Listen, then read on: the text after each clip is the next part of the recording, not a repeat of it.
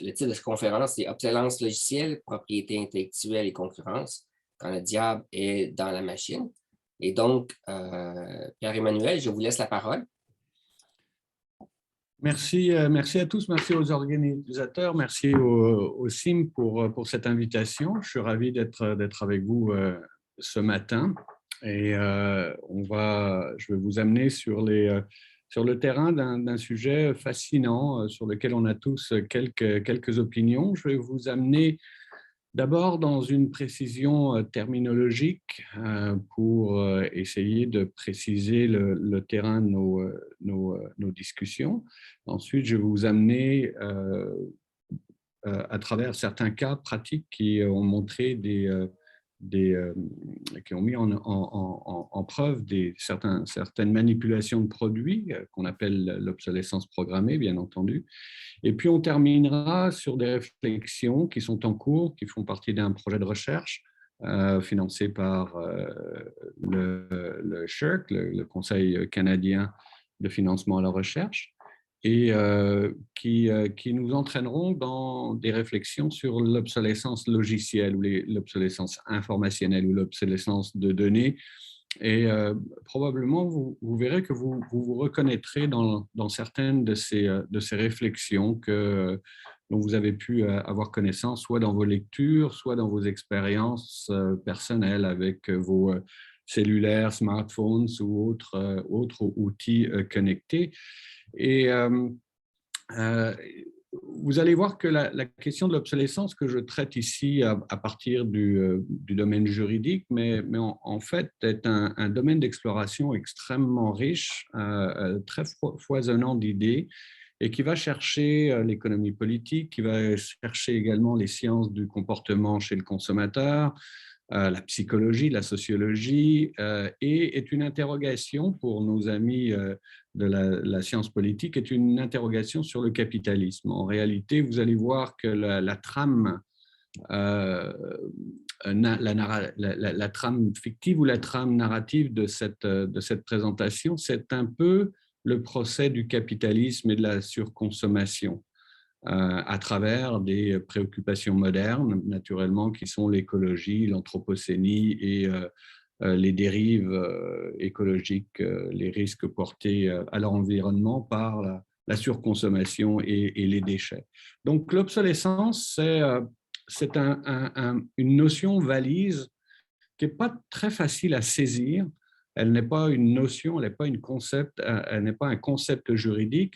Simplement, ma prétention aujourd'hui, qui est relativement humble, c'est de vous amener à réfléchir sur cette question d'obsolescence, obsolescence programmée, obsolescence logicielle, à partir du domaine juridique qui nous fournit certains documents, certaines poignées, certaines méthodes pour analyser cette question d'obsolescence. Alors, j'ai préparé une présentation par diapositive que je vais partager avec vous maintenant.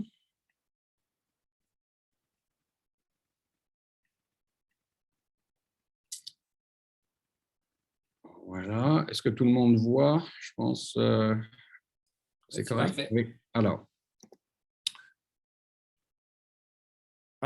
la question de l'obsolescence, déjà, que j'ai brièvement introduite, s'articule sur deux éléments d'une équation, d'une même équation qu'on peut résumer une interrogation sur les déchets, sur l'économie des déchets, waste, et la question de la durabilité des produits. Et on a tendance aujourd'hui, dans une forme de raccourci un peu simpliste, de réduire cette question d'obsolescence à cette forme d'équation déchets et durabilité. Plus les produits durent, moins il y a de déchets. En réalité, vous pouvez déjà percevoir que ce schéma est non seulement simpliste, mais à certains égards faux, puisque dans l'évolution de la conception des produits, on a des produits qui deviennent de plus en plus performants et moins polluants. Alors déjà, cette équation déchets-durabilité n'est pas une équation parfaite et elle peut être déjà critiquée. Néanmoins, c'est la façon dont une grande partie des gens qui pensent cette question d'obsolescence traduisent ou se saisissent de la question d'obsolescence. Donc, déchets de durabilité. Plus les produits durent longtemps, moins il y a de déchets et plus on est en osmose avec certains principes de l'économie circulaire et de l'écologie. Vous savez également que les pays s'empressent d'adopter des formes de législation qui supportent cette idée de durabilité des produits. Et la France a été la première à adopter une législation qui va criminaliser l'obsolescence programmée. On reviendra sur cette obsolescence programmée et ce qu'elle est véritablement, mais il y a déjà une définition qui est proposée par le législateur français qui a adopté une définition de l'obsolescence programmée dans sa législation sur la transition verte, sur la croissance verte et la transition énergétique. Et donc, vous voyez que cette question d'obsolescence, elle est saisie par les réflexions sur l'écologie. Ici, c'est une association, une alliance entre le droit criminel, le droit pénal et des comportements économiques qui ont des effets écologiques. Vous voyez qu'on est déjà dans une certaine forme de complexité de la pensée juridique qui n'est pas uniquement sur du droit pénal, uniquement sur du droit de l'économie, uniquement sur du droit de la consommation ou sur du droit de la concurrence. On est dans une forme d'appréhension hybride de la question de l'obsolescence. Et en France, dès 2015, on décide de criminaliser l'obsolescence programmée avec une idée relativement préconçue que véritablement on manipule les produits. Le diable est dans la machine et on y va relativement fort puisque on est sur le domaine pénal avec des amendes qui vont jusqu'à 300 000 € d'amende lorsqu'on a commis un acte d'obsolescence programmée. Et l'axe et l'obsolescence programmée est définie, comme vous voyez, par l'ensemble des techniques par lesquelles un metteur sur le marché vise à réduire délibérément la durée de vie d'un produit pour en augmenter le taux de remplacement. Il y a déjà certains éléments qu'il faut retenir dans mon propos et sur lesquels nous amène cette définition. Il y a l'idée d'une manipulation délibérée, intentionnelle. Donc, il y a déjà dans notre langage à nous, juristes, il y a une certaine idée de faute. Donc, on est dans l'acte délibéré. Il y a aussi un élément extrêmement important qui permet de se saisir de la question de l'obsolescence, c'est l'idée de remplacement. On met un terme à la vie d'un produit pour forcer le remplacement. Et vous voyez comment on en vient à mon idée centrale de cette condamnation de la surconsommation, parce qu'effectivement, l'économie capitaliste ne peut fonctionner qu'avec un renouvellement constant, qu'avec une incitation constante à l'achat. Donc le lien est relativement simple avec les grandes idées du capitalisme, les idées libérales et néolibérales que vous pouvez avoir rencontrées dans vos études. Plus proche de chez nous, cette question d'obsolescence est également saisie. Il y a un projet de loi 197 qui a été sur les tablettes que Covid a plus ou moins bousculé et qui est en deuxième lecture, je crois, mais qui n'a pas été adopté et qui est une version gentille du modèle français. Il n'y a pas de criminalisation chez nous. Ce n'est pas une loi pénale, c'est une loi qui va éventuellement introduire des amendes, 10 000 $ si vous faites de l'obsolescence programmée. Et ce qui est intéressant dans le projet de loi québécois, c'est un projet de loi qui est né de la génération actuelle d'étudiants. C'est-à-dire que ce sont des étudiants de l'Université de Sherbrooke qui se sont mobilisés, qui ont fait un travail avec leurs professeurs et qui ont décidé de préparer une pétition qui a été par la suite transmise par un député. Et ce travail d'étudiant a terminé sur les tablettes de l'Assemblée nationale, comme vous le voyez, et c'est un projet donc, qui emporte les vœux d'une génération avec une certaine préconception de ce qu'est la consommation, ce qu'est l'obsolescence programmée, et une impression générale que le consommateur d'aujourd'hui, essentiellement les consommateurs de produits intelligents, se font avoir et que leurs produits diminuent en performance beaucoup plus rapidement que les produits des générations précédentes. Et donc, c'est avec cette impression, on va revenir sur ces questions d'impression, sont-elles fondées, ces impressions? Y a-t-il des éléments de preuve qui nous permettent de déterminer si ce sont des impressions ou véritablement des éléments avérés? Ce sont avec ces impressions que l'on est arrivé à la production politique de ces textes juridiques, avec, encore une fois, une appréhension québécoise beaucoup plus laxiste. La définition de l'obsolescence programmée ne fait pas référence à un acte délibéré. On a soustrait l'élément de faute dans le texte québécois, mais on est encore dans cette idée de raccourcissement du durée de fonctionnement d'un produit. Et on a enlevé de la définition québécoise cette idée centrale qu'il faut retenir et que vous allez garder avec vous pendant que je fais cette présentation, cette idée centrale, essentielle à l'idée d'obsolescence, qui est celle de remplacement. On rend un produit obsolète parce qu'on veut le remplacer. Vous allez voir qu'il y a différentes façons dont on peut saisir cette question de remplacement. Ça peut être à la fois un remplacement de son propre produit. C'est une seule compagnie qui met fin, qui met un terme, qui termine le cycle de vie de son propre produit pour vous vendre son produit. Mais il y a également, de manière plus subtile, une forme d'obsolescence qui est plus la forme d'obsolescence logicielle ou informationnelle, qui va être la mise à mort, si vous voulez, de produits de concurrents. Donc, on provoque l'obsolescence de produits de concurrents et ça, c'est plus le fait de l'obsolescence logicielle. On aura le temps d'y revenir. Alors, encore en guise de présentation, c'est un sujet qui occupe beaucoup les législateurs nationaux. Avec, en France, je prends toujours cette référence-là, puisque la France est particulièrement active dans ce domaine, avec un indice de réparabilité que vous voyez devant vous à l'écran, qui est maintenant introduit sur certains produits, dont la machine à tondre le gazon, dont les machines à laver et les laptops et les produits cellulaires. Je ne sais pas pourquoi il y a la machine à tondre, la tondeuse à gazon. Je suppose que chez nous, ça serait la souffleuse à neige. Mais toujours est-il qu'il y a une expérience qui est faite pour la mise en place de cette législation avec une labellisation du comportement anti-gaspillage, où vous allez avoir en France, déjà à l'heure actuelle, puisque la loi a été mise en œuvre depuis janvier 2021, vous avez déjà des logos qui apparaissent sur les produits avec des indices de réparabilité.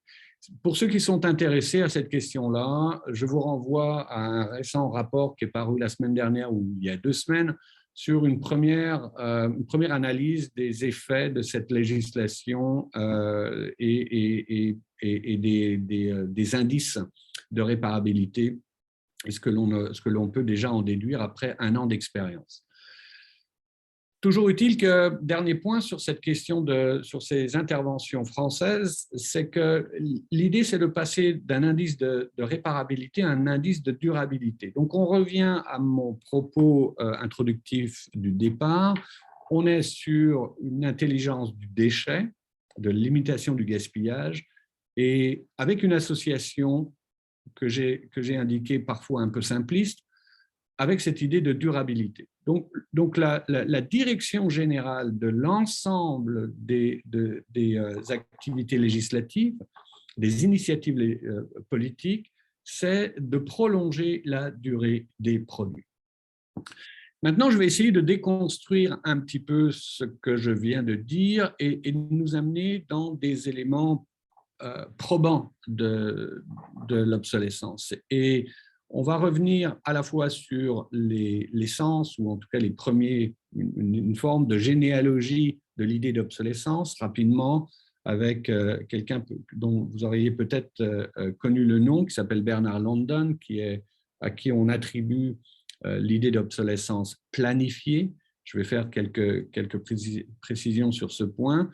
Et puis, un événement absolument fascinant qui est la création d'un cartel, qui est le cartel de Phébus dans les années 20, et qui nous amène sur des discussions sur l'ampoule incandescente et une des premières formes de manipulation technique d'un produit pour en diminuer la durée. C'est tout le mythe, ou en tout cas toute la saga de l'ampoule incandescente. Ensuite, nous passerons à des questions parfois plus sophistiquées, plus compliquées, sur l'émergence d'un nouveau type d'obsolescence, l'obsolescence par code et l'obsolescence par données, notamment par la mise à jour des logiciels.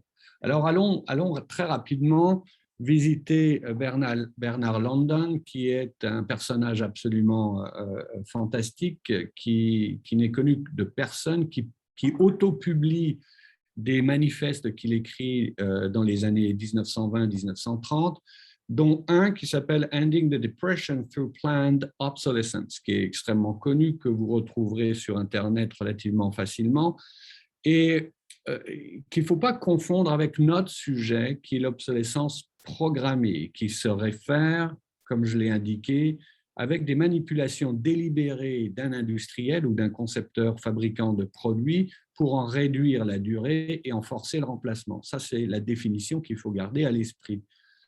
Dans l'idée de Bernard London, mais ce n'est pas inutile de le rappeler, dans l'idée de Bernard London et de cette idée d'obsolescence planifiée, c'est l'intervention de l'État à un moment de crise. On est en 1929, les usines marchent à plein, mais il n'y a plus d'argent pour acheter les produits.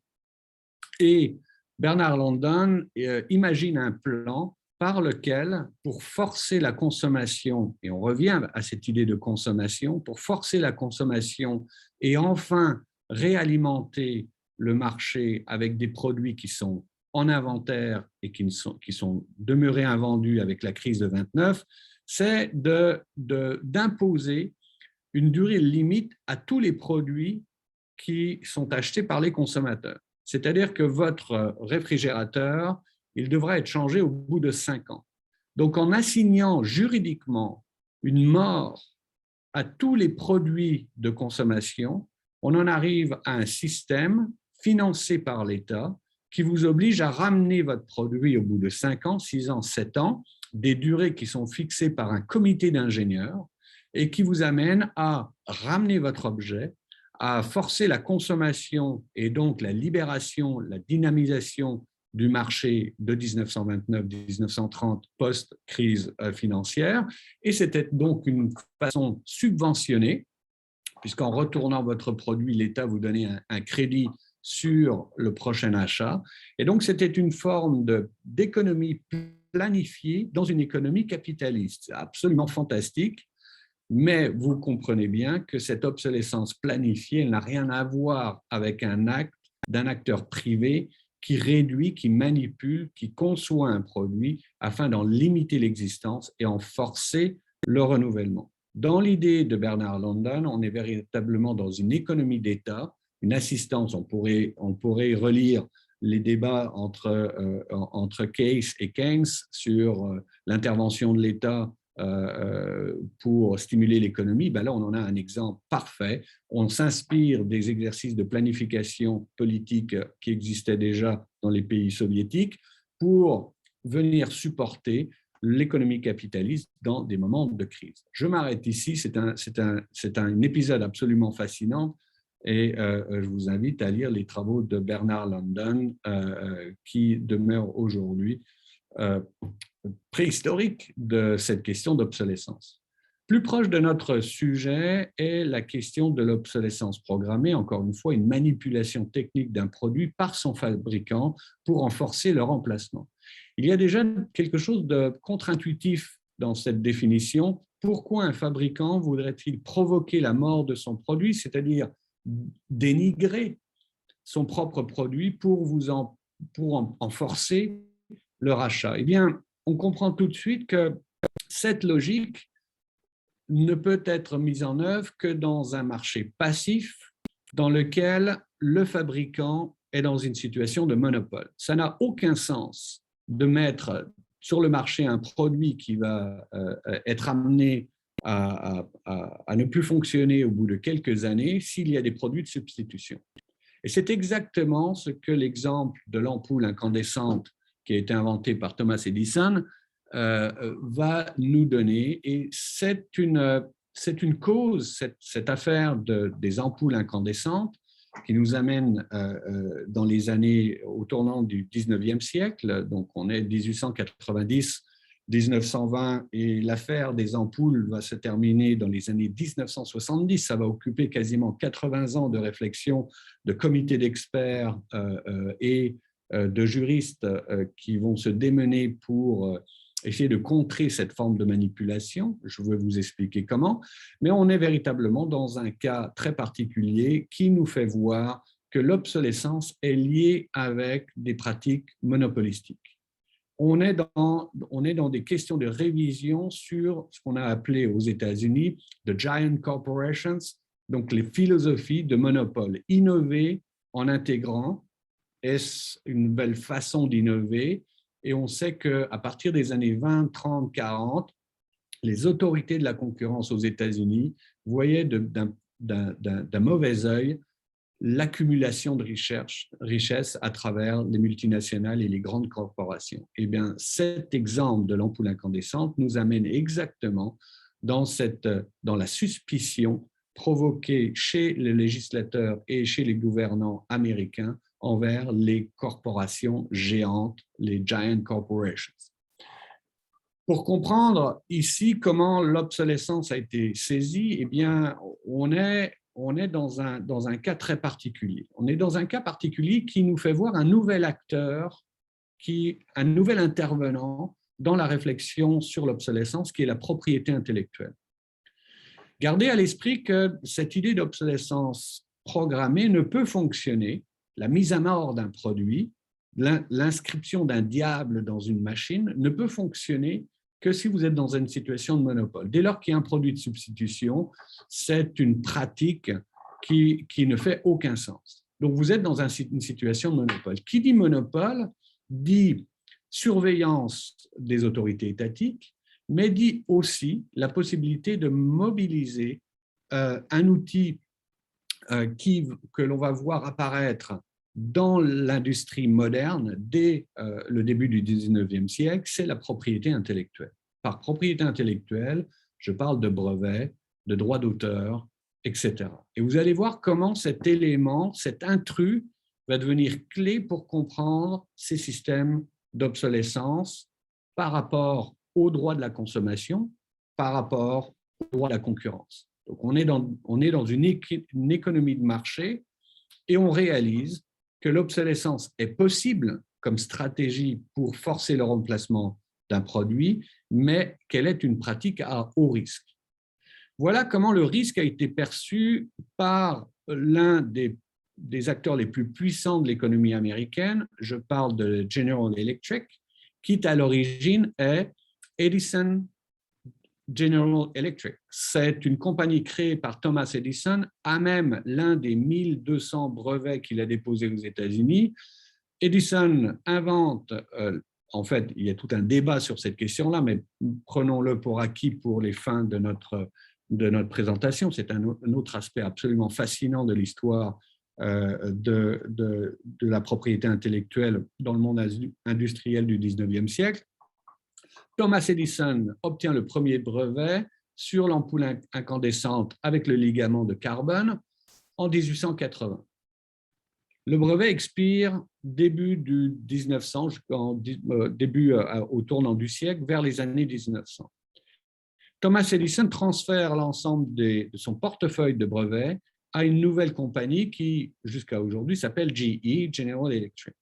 General Electric, grâce au brevet pionnier d'Edison, acquiert jusqu'à 70% du marché américain. Elle est dans une situation de monopole. Edison a une intelligence de la propriété intellectuelle telle qu'il va breveter toutes les améliorations de l'ampoule électrique. Vous changez le ligament de carbone par le ligament de tungstène, vous trouvez encore 3 autres brevets pionniers de Thomas Edison. Edison va miner par la propriété intellectuelle l'ensemble de l'innovation sur l'ampoule incandescente. En ayant ces brevets, au lieu d'exploiter ces brevets, il retient ses inventions et interdit à toute personne investie dans ce domaine d'élaborer ou d'innover ou de produire des ampoules plus performantes, notamment avec des ligaments en tungstène.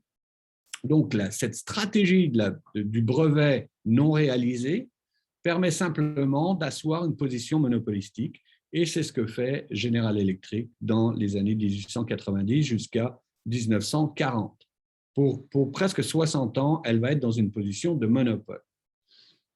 À ce moment-là, le monopole est établi aux États-Unis, mais pas en Europe, où on commence à voir poindre sur des marchés nationaux des inventions qui vont concurrencer les brevets d'Edison et des difficultés d'obtenir des brevets, de traduire les brevets d'Edison et de les rendre effectifs en Europe.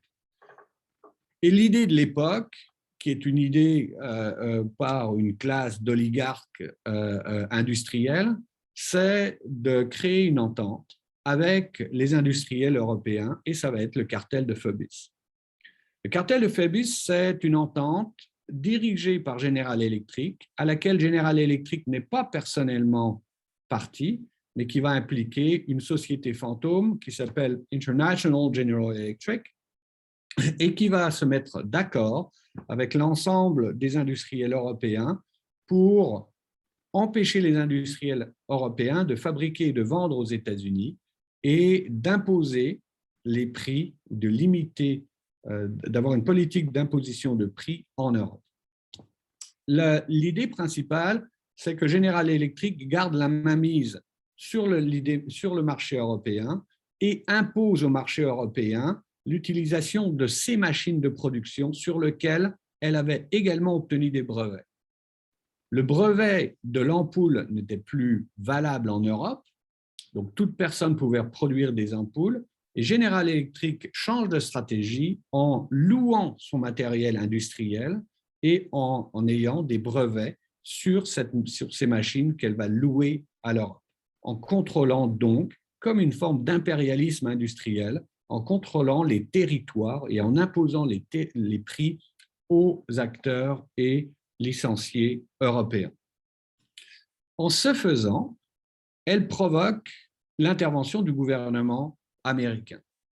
Le gouvernement américain voit que General Electric est dans une situation de monopole et c'est mal vu par les autorités américaines. En 1926, elle essaye un premier assaut sur le monopole pour déconstruire ce monopole et elle introduit une action pour abus monopolistique dans l'usage des brevets dont je vous ai expliqué l'envergure.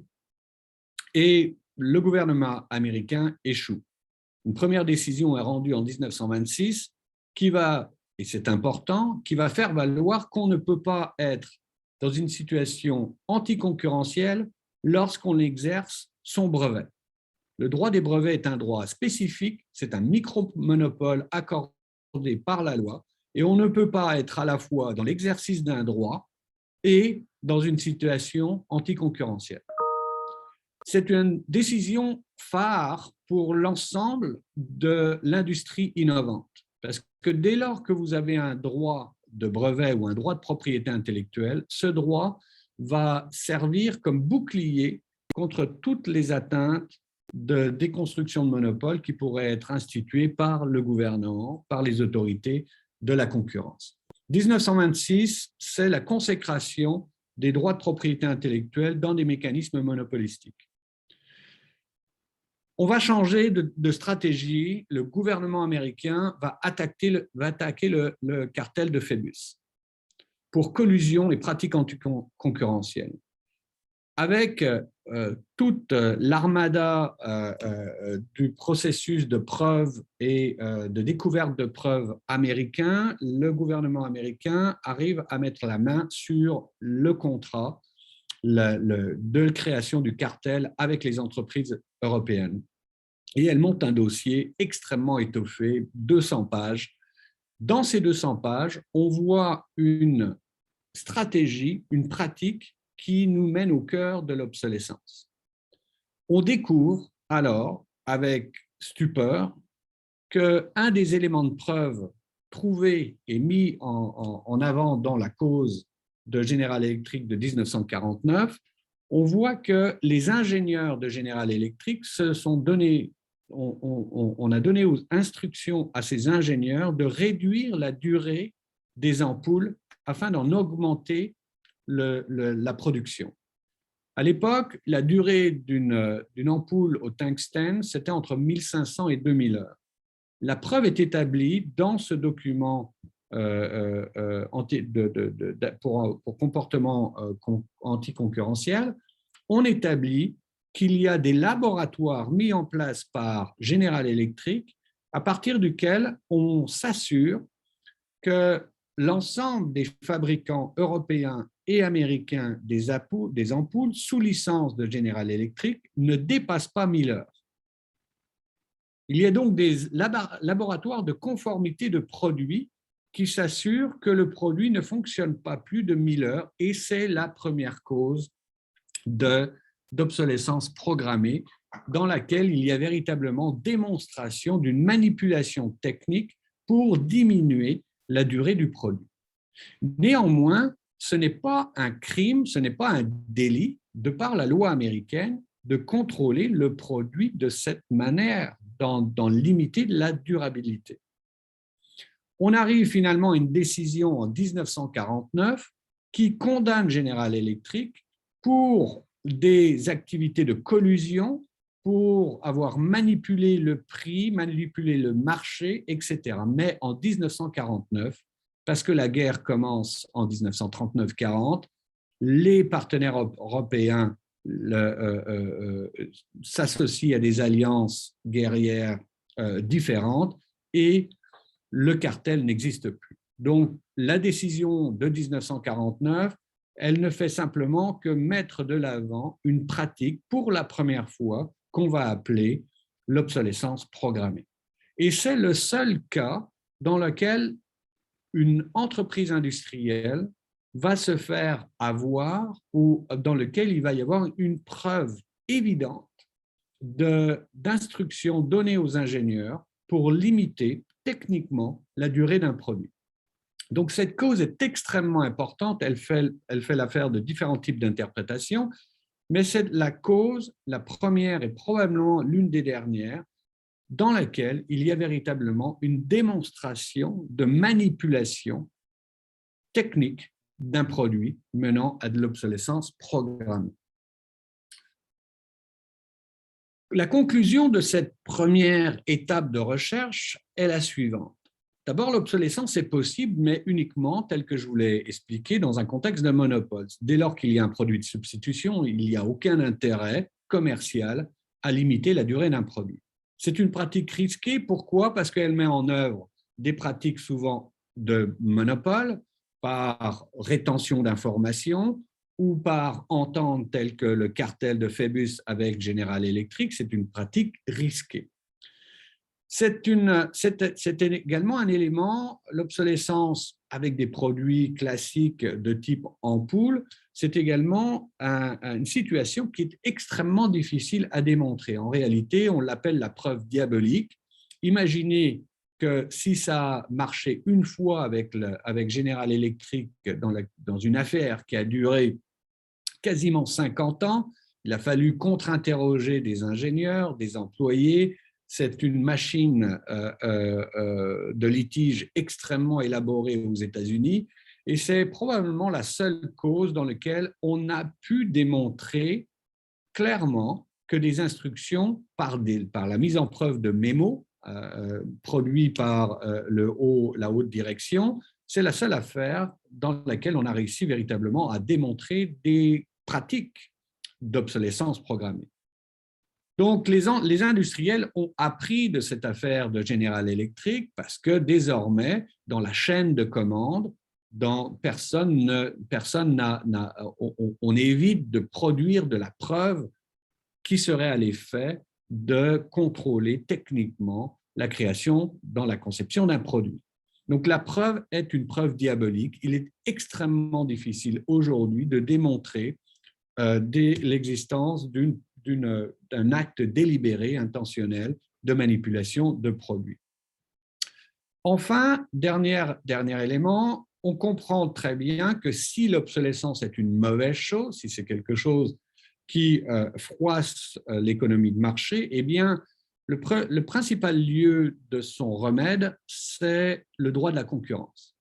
C'est le marché libre, transparence des prix, transparence des agissements commerciaux pour permettre la libre concurrence. Et dès lors qu'un produit ne fonctionnera pas ou pas bien, que ce soit par conception, une faute de conception ou autre, dès lors qu'on a un produit de substitution, eh bien, on n'est plus dans un cas d'obsolescence et donc on a un remède automatique, j'allais dire quasiment organique. Le marché va répondre lui-même des déviances, des défaillances créées par l'obsolescence programmée. On voit par exemple poindre dans l'affaire classique de l'ampoule incandescente, on voit poindre l'intervention de cette propriété intellectuelle qui permet, même lorsque le droit de la concurrence essaye de prévenir ces abus et essaye de mettre en place un marché sain et de pleine concurrence, on voit que les micro-monopoles de la propriété intellectuelle permettent de recréer des situations dans lesquelles on peut obtenir des contrôles accrus sur le produit et sur le marché. Qui dit contrôle accru et donc introduction de la propriété intellectuelle dans le débat sur l'économie de marché, qui dit propriété intellectuelle, qui dit micro-monopole, dit la possibilité de voir réapparaître des comportements d'obsolescence programmée. Et c'est ce qu'on va démontrer tout de suite. Il y a une drôle de transition qui arrive au moment où on commence à inventer l'informatique, dans les années 50, et on arrive à réfléchir ces questions d'obsolescence à partir des notions de logiciels, de code et de données. C'est là où on s'en va. Et on demeure, il y a un parallèle absolument fascinant entre la cause menée par le gouvernement américain contre General Electric pour pratique anticoncurrentielle et domination de marché, avec celle que je vais vous présenter rapidement, qui met en cause IBM dans les années 60. Donc, l'une des autres grandes causes du droit de la concurrence américain, c'est la tentative du gouvernement américain de démanteler IBM à l'époque, qui est le fleuron de l'économie américaine et qui a également, qui est dominant sur le marché de l'informatique commerciale, notamment avec son produit IBM 360 que vous voyez à l'image. IBM 360, c'est une centrale informatique avec des claviers, un ordinateur central, des outils pour les cartes perforées, etc. À l'époque, IBM, avec son produit populaire 360, détient une dominance de marché d'à peu près 70%.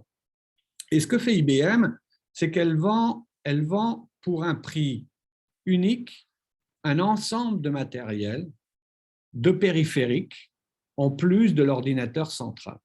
C'est un tout, c'est un combo, c'est un bouquet de produits. Et ce bouquet de produits, pour l'application d'une politique de prix assez concurrentielle, rend extrêmement difficile la concurrence de tiers sur les différents produits que compose ce bouquet. Donc, IBM bloque la concurrence sur l'imprimante, IBM bloque la concurrence sur les écrans, elle va bloquer la concurrence sur les différents périphériques qui existaient à l'époque. Tout simplement parce que les périphériques et les ordinateurs sont intégrés. Ils sont intégrés commercialement, c'est une vente liée. Quand on achète pour le tout avec un prix général qui est relativement accessible pour l'ensemble des services qui sont donnés. Il y a en plus des services de maintenance qui sont intégrés au produit. Bref, on a une politique de prix qui fait succès dans les années 60 et 70, mais le législateur, le gouvernement américain, y voit une pratique d'abus de position dominante. On s'aperçoit également, dans une affaire qui est également une saga juridique, qui va être abandonnée dans les années 80 par le gouvernement américain. Il n'y aura pas de jugement final dans cette affaire pour abus de pratiques anticoncurrentielles. Mais on découvre dans cette affaire un autre phénomène, un phénomène moderne qui va se reproduire avec les logiciels et l'informatique moderne. C'est qu'il est possible, il a été possible pour IBM de provoquer l'obsolescence de ses propres produits et des produits des concurrents en modifiant son système, son code informatique. En modifiant son code, en modifiant la façon dont le système fonctionne, il va avoir une attitude prédatrice par rapport aux concurrents qui vont essayer de vendre ou de faire concurrence à IBM sur les périphériques comme les écrans ou les produits d'imprimante qui étaient associés à la centrale informatique. Ce qu'on réalise avec cette nouvelle entrée des produits informatiques, c'est qu'avec le code et avec une intelligence de la programmation, on peut rendre son propre produit obsolète et vous forcer à acheter le nouveau produit parce que le système mis à jour ne va supporter que le nouveau produit vendu par IBM. Et c'est le cas de la mise à mort de son écran, de son propre écran d'IBM, qui à un moment donné va passer d'une version 1 à une version 2, et la version 1 ne va plus être supportée par le système. Donc on modifie le code par mise à jour pour interdire ou pour forcer le consommateur à acheter une nouvelle version, souvent à prix réduit, du terminal ou de l'écran.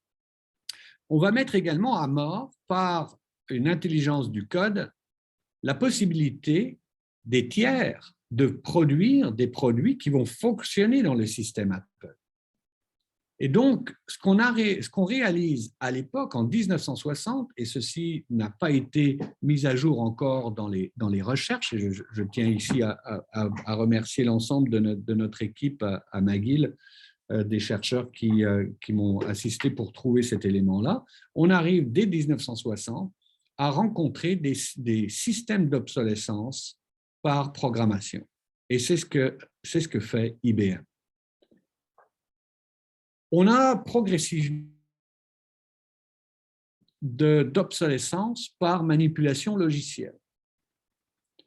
On a un exemple qui est passé inaperçu dans les années 2000 avec une autre affaire de droit de la concurrence qui est le gouvernement qui poursuit Microsoft pour une autre forme de domination de marché avec son système Windows qui à l'époque était de plus de 70-80% du marché des systèmes d'exploitation.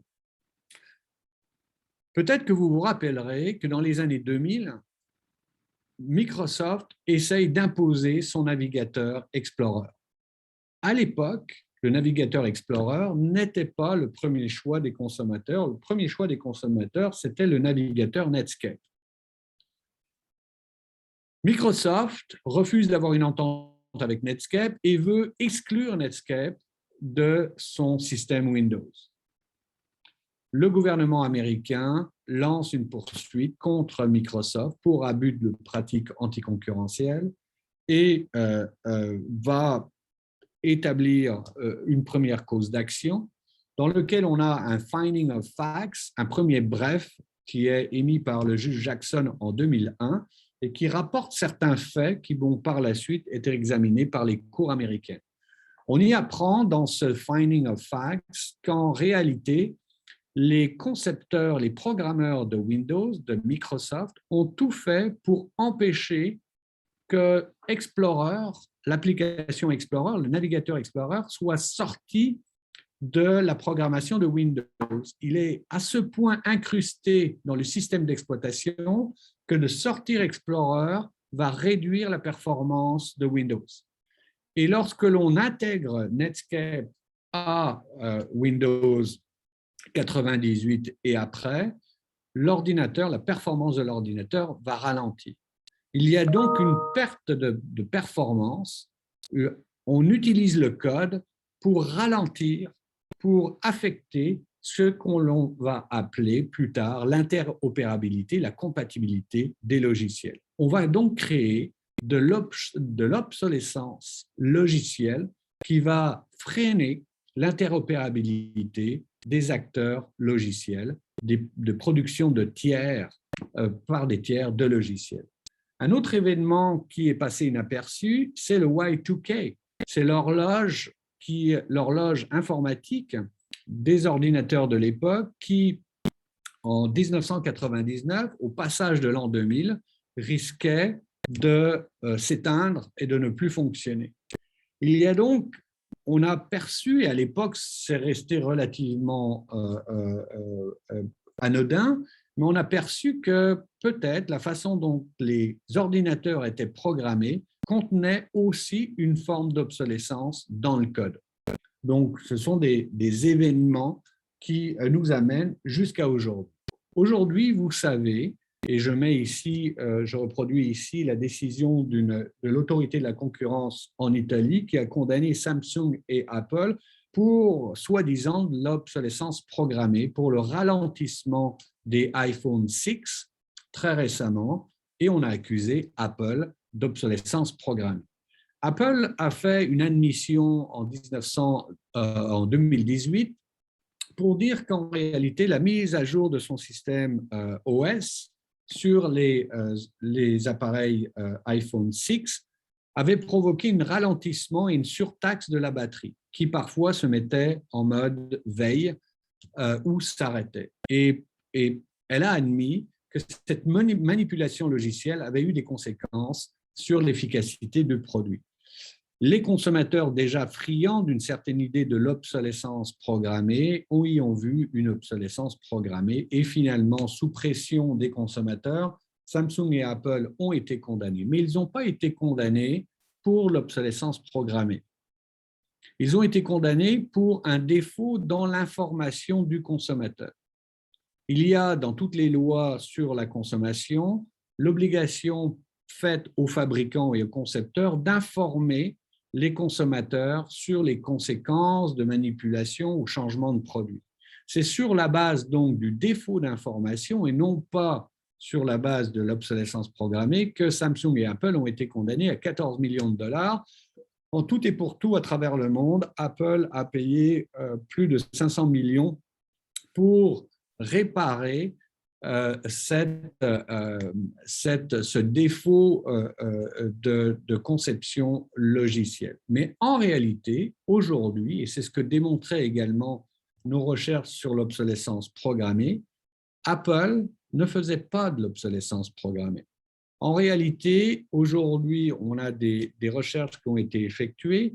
Oui, il y a eu, dans la mise à jour du système OS, une perte d'efficacité. Cette perte d'efficacité était compensée par un changement logiciel qui a surtaxé la batterie et Apple a reconnu ce défaut dans l'adéquation, l'articulation de sa batterie avec son système d'opération et a mis en place un programme de rachat et de vente à moindre prix de batteries sur ces iPhone 6. Mais en réalité, la recherche d'aujourd'hui indique que d'après les données qui sont aujourd'hui disponibles, il est fort peu probable que Apple se soit adonné à la pratique d'obsolescence programmée. En réalité, l'incident technique du iPhone 6 est à voir simplement comme une incidence de programmation et non pas comme une manipulation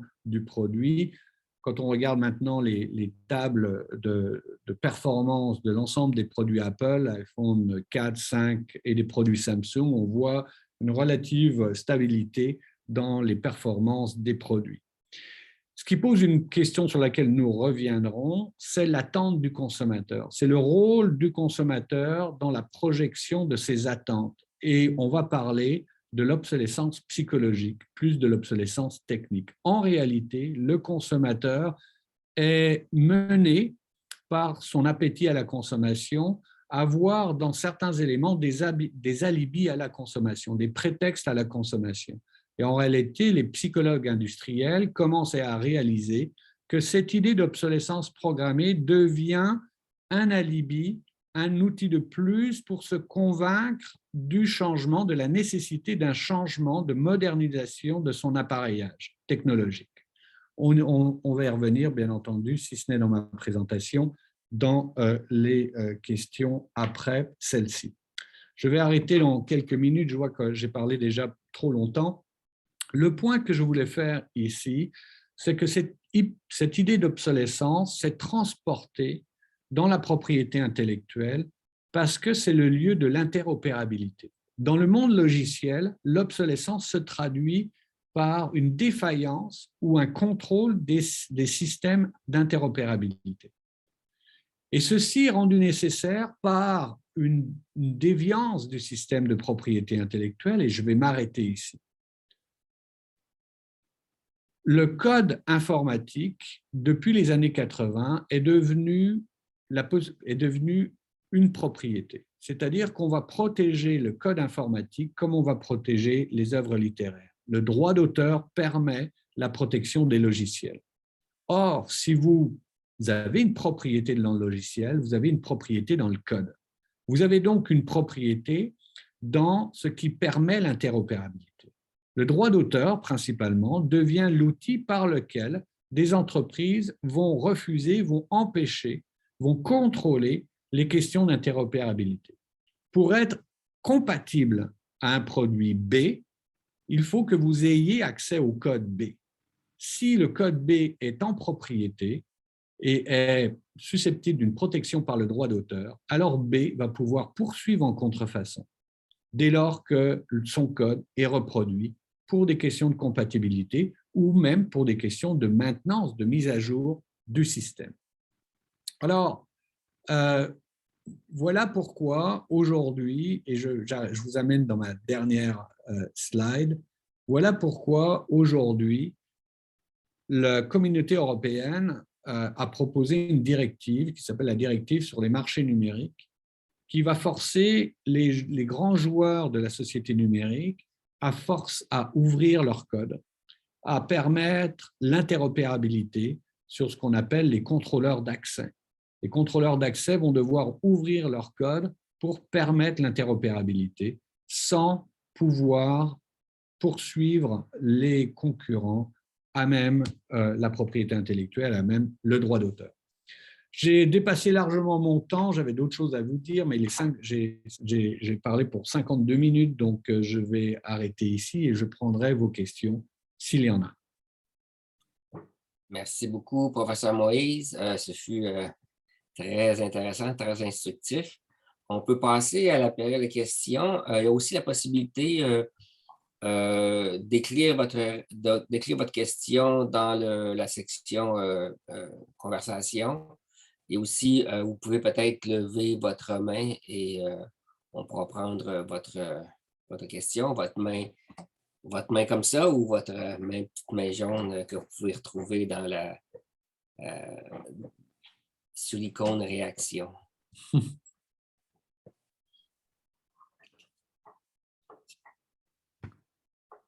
Il y a M. Parat qui a une question. Allez-y. Bonjour. D'abord, merci beaucoup, professeur Moïse, pour votre présentation. C'était réellement fascinant, ce tour d'horizon historique de la question que je n'avais jamais étudié. Il y a un petit préambule à mon interrogation. J'ai complété un mémoire de maîtrise sur la question des déchets en sociologie. Excusez pour le bruit en arrière. Puis, où je m'interrogeais sur votre amorce de départ, c'est-à-dire la relation entre le capitalisme puis la surproduction de déchets. J'en arrivais, pour l'anecdote, là, une proposition conceptuelle à la question qu'est-ce qu'un déchet au 21e siècle, dans la mesure où c'est de plus en plus difficile de les définir, de les reconnaître. Je proposais des déchets spécifiquement capitalistes. Je travaille sur un article à ce sujet-là. Puis, une question générale qui m'habite depuis ce temps-là, puis je vous la pose, puis vous m'excuserez, ça ne peut pas être répondu comme ça parce que c'est une question peut-être passée, disons, circonscrite, mais je m'interroge sur la compatibilité entre, dans la mouvance du zéro déchet, la compatibilité entre un monde de plus en plus sans déchets et le capitalisme, entendu comme rapport social de propriété, comme mode de production qui, vous l'avez mentionné, suppose une rareté, rareté qu'il obtient notamment par l'obsolescence programmée et des pratiques de destruction et de sabotage diverses, dont l'obsolescence programmée est une manifestation. Bon, bref, je reformule ma question. La compatibilité entre le capitalisme et les efforts politiques de réduction massive de déchets. Je m'excuse encore pour cette question-là. Mais... Colin, c'est une question fantastique et mon impression, quelques points. Quand on a commencé à se pencher sur les questions d'obsolescence programmée et qu'on a examiné cette fameuse affaire de General Electric, ce qui est frappant, c'est que jusque dans les années 60, 1960, il n'y a aucune mention dans l'interrogation sur la manipulation des produits, il n'y a aucune mention de l'écologie. Il n'y a aucune intelligence. On pense simplement, la perception, c'est que le droit de la concurrence ne fait pas son travail et que le consommateur est floué. On le manipule. Et on voit poindre ici carrément à l'aune des sociétés néolibérales l'emphase mise sur l'individualisme. C'est que moi, consommateur, je me fais manipuler et moi, autorité de la concurrence, je dois permettre que le marché accorde une forme de protection aux consommateurs. C'est la seule perspective qui est mise en avant dans ces affaires. Il y a donc une condamnation du capitalisme, j'allais dire, à l'envers aussi chez Bernard London, parce que Bernard London, il dit, mais le tort qu'on a, c'est de ne pas consommer. Le consommateur a arrêté de consommer. On va à notre destruction. Et donc, on va provoquer la mort des produits pour vous forcer à consommer. Mais encore une fois, il n'y a pas d'interrogation sur les déchets, sur la conséquence. Il n'y a pas de politique de récupération des objets qui vont être mis à mort par l'obsolescence programmée ou planifiée. Et donc, vous soulevez une contradiction qui m'anime dans ce projet et qui me hante, c'est que, et surtout avec les derniers chiffres que l'on voit apparaître, cette question de réparabilité, ce mythe qu'on va tous se mettre à réparer nos objets pour les rendre plus durables, le mythe qu'on va arriver à un système de durabilité et d'économie verte est véritablement un mythe de fossoyeur, parce que ce que l'on voit poindre aujourd'hui, c'est que ce n'est pas tant des manipulations industrielles des produits, ce n'est pas tant sur la question de la durabilité, c'est sur la psychologie des consommateurs. Il y a une obsolescence psychologique. C'est que le terrain n'est plus dans l'action finalement, n'est plus dans l'action sur le contrôle des marchés, sur la mise en conformité de certains produits avec un certain niveau de performance. Ce qui est caché de toute cette interrogation-là, c'est notre propre culpabilité. Ce qui est complètement oblitéré, c'est l'individu en tant que personne raisonnée qui va trouver, je l'ai dit à un moment donné, les dernières études montrent que l'obsolescence programmée est devenue l'alibi. C'est devenu l'alibi, mon téléphone ne marche plus, je ne peux plus y mettre cette application ou je n'ai plus, la mémoire est défaillante, etc. Et donc, s'il y a quelque chose à déconstruire dans dans ce procès du capitalisme, c'est véritablement du côté, je pense, de la sociologie, de la psychologie du consommateur, plus que dans des opérations de labellisation du produit. Certes, il y a un éveil d'une conscience verte, mais en réalité, on voit que cette conscience verte et le droit à la réparabilité est très limité. Des chiffres qui sont édifiants, qui viennent d'être sortis, c'est qu'il y a un pic de réparabilité où on a comme un sursaut, une envie, une impression de vouloir prolonger la durée de son produit entre le 20 et le 24e mois de l'achat de son produit. Une fois qu'on atteint ce pic, 2 ans après votre dernier achat, il s'écroule complètement. Il n'y a plus d'intérêt du tout parce qu'il y a une combinaison à la fois d'appétit de consommation, de renouvellement, donc l'obsolescence psychologique, et il y a une manipulation j'allais dire, artificielle par la publicité, de création de la demande en nous offrant du vieux sous forme de neuf. Et donc, on a l'impression qu'on va rajouter, on va exister à travers de nouveaux produits. Superbe question, mais je n'ai pas toutes les réponses, malheureusement. Merci beaucoup. Il y a des questions dans le chat. Est-ce que vous pouvez les voir, professeur? Oui. Ou vous voulez que je les... Alors, j'ai une question de Michel Rioux. Est-ce que vous avez travaillé sur la monopolisation des données? Oui et non, Michel, dans le sens où l'obsolescence logicielle, en fait, la possibilité d'avoir un droit d'auteur sur les codes nous amène aux questions de code utilisés pour l'interopérabilité. Et cette interopérabilité logicielle, elle est un mix à la fois de programmation informatique et de transfert de données, de traduction de données. Donc, en réalité, les logiciels fonctionnent entre eux que s'ils ont des mécanismes, et puis c'est toute la problématique des API, des interfaces, des applications d'interface qui sont programmées dans des blocs de code, nous amène sur le flux des données. On peut donc réfléchir très facilement, et nous on le fait à travers l'utilisation de la propriété intellectuelle sur les codes d'interopérabilité. On peut réfléchir à ces codes d'interopérabilité comme des lieux de transfert de flux d'informations. On peut très bien voir qu'une application peut du jour au lendemain empêcher le transport des données, et si ce transport des données n'est plus permis, eh bien l'objet intelligent ne fonctionne plus.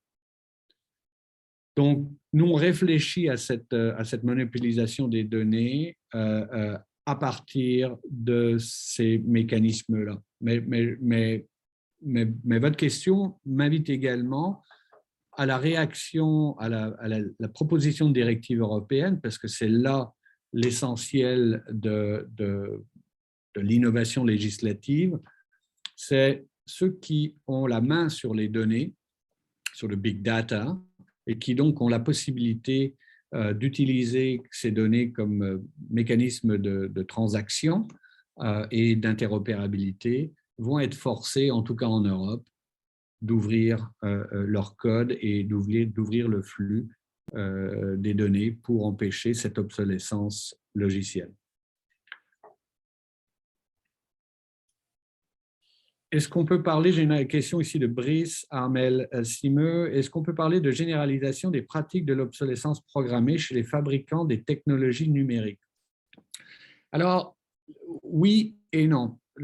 Oui, dans le sens où, pour moi, l'équation la plus importante, ce que nous montre l'histoire du droit de la concurrence par rapport à l'obsolescence programmée, c'est que ce n'est que dans l'obscurité que l'on peut manipuler un produit. Ce n'est que lorsqu'on a une situation de monopole claire et que le consommateur n'a pas le choix de racheter votre produit que l'obsolescence programmée est un choix stratégique intelligent. Sinon, il n'a pas lieu d'être, je l'ai dit.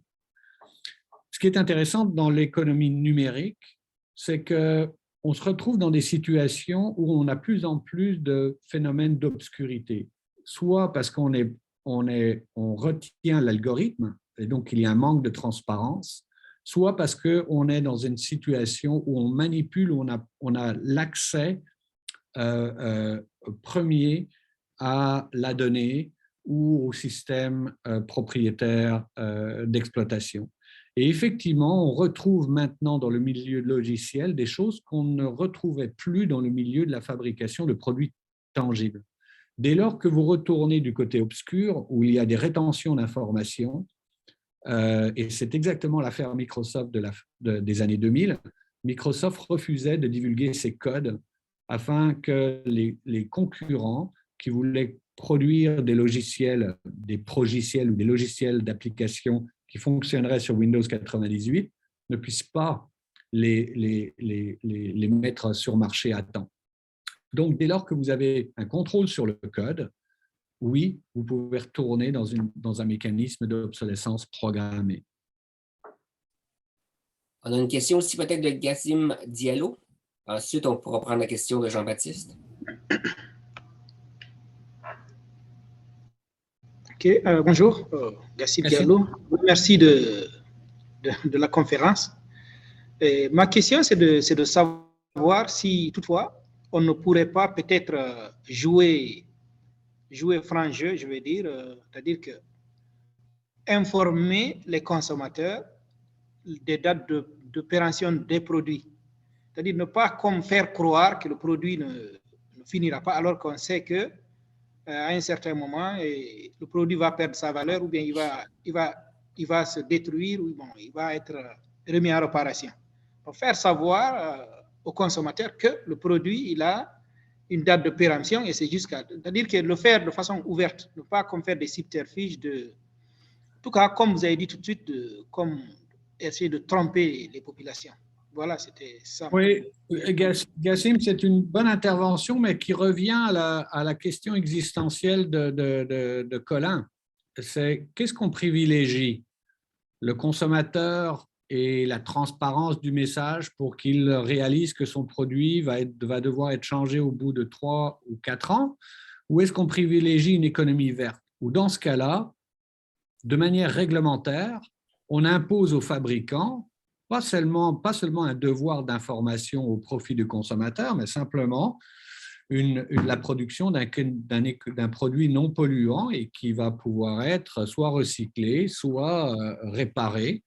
Et donc, on a deux objectifs différents et parfois contradictoires donc ici.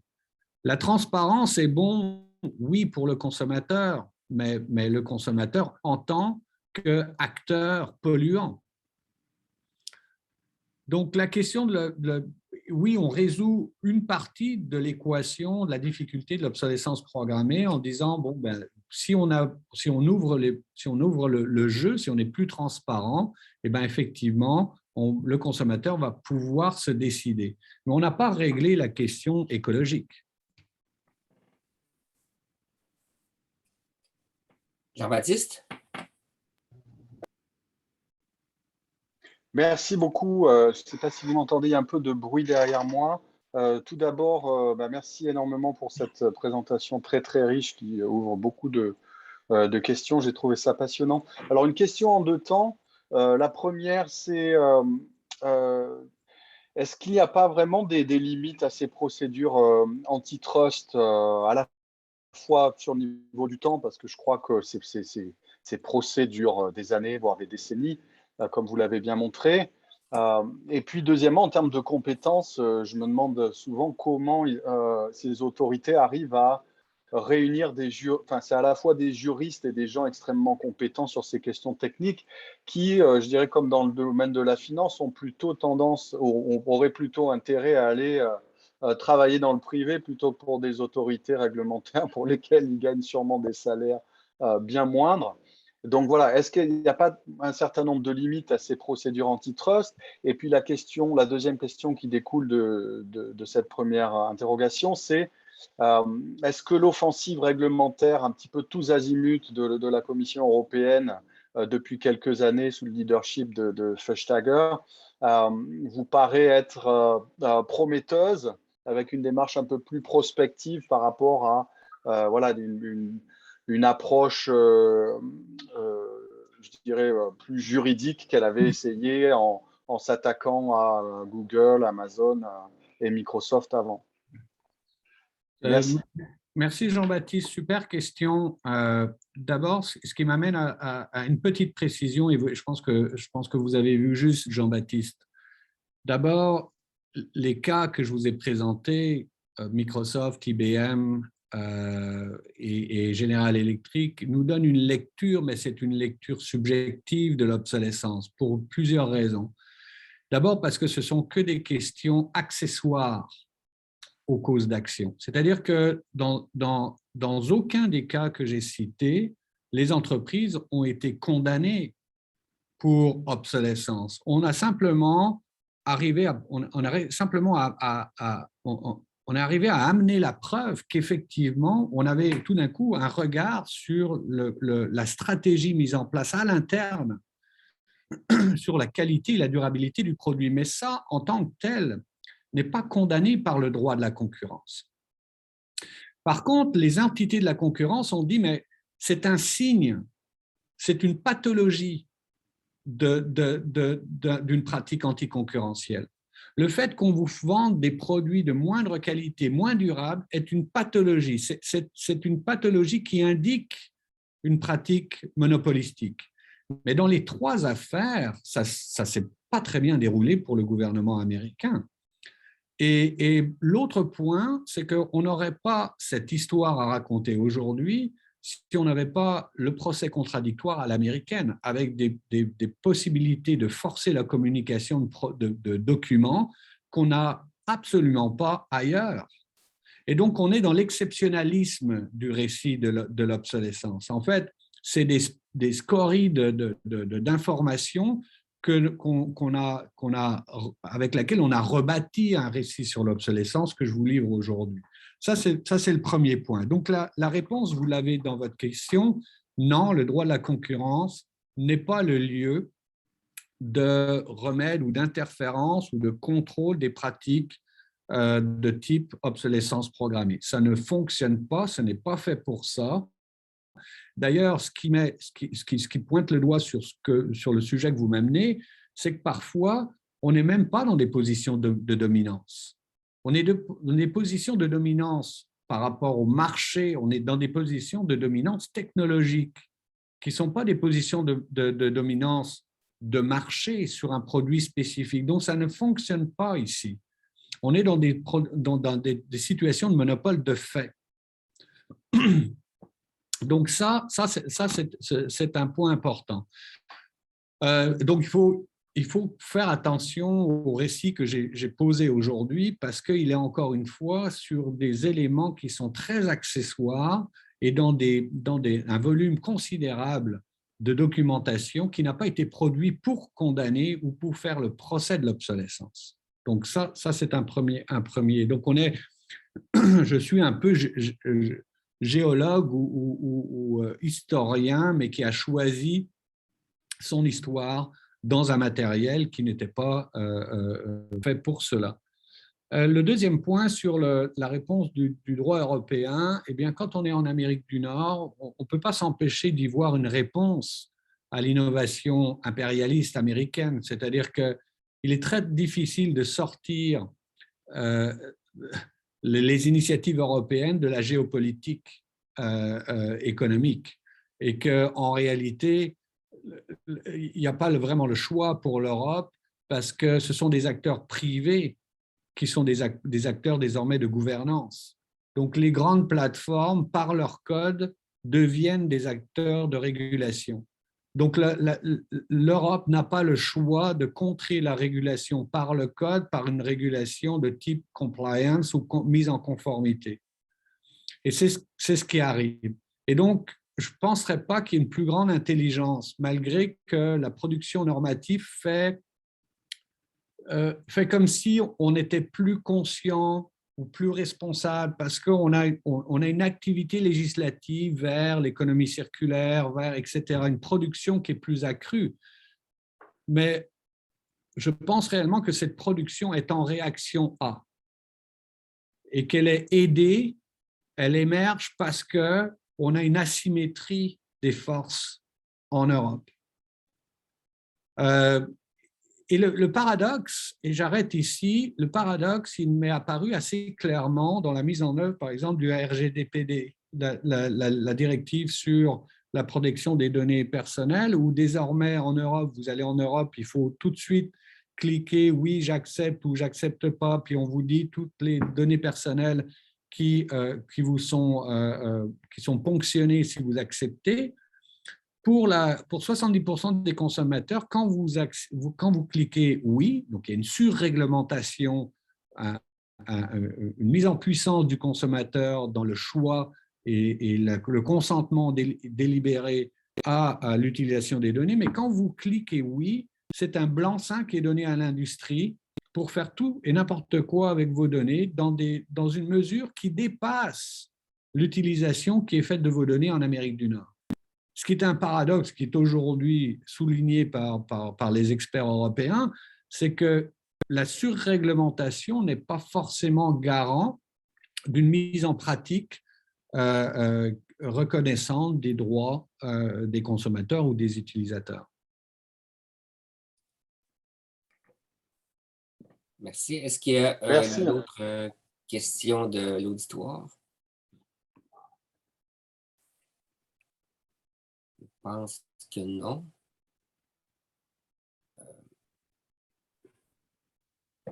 Donc, s'il n'y a pas d'autres questions, professeur Moïse, est-ce que vous voulez faire un dernier commentaire avant de terminer la conférence ou…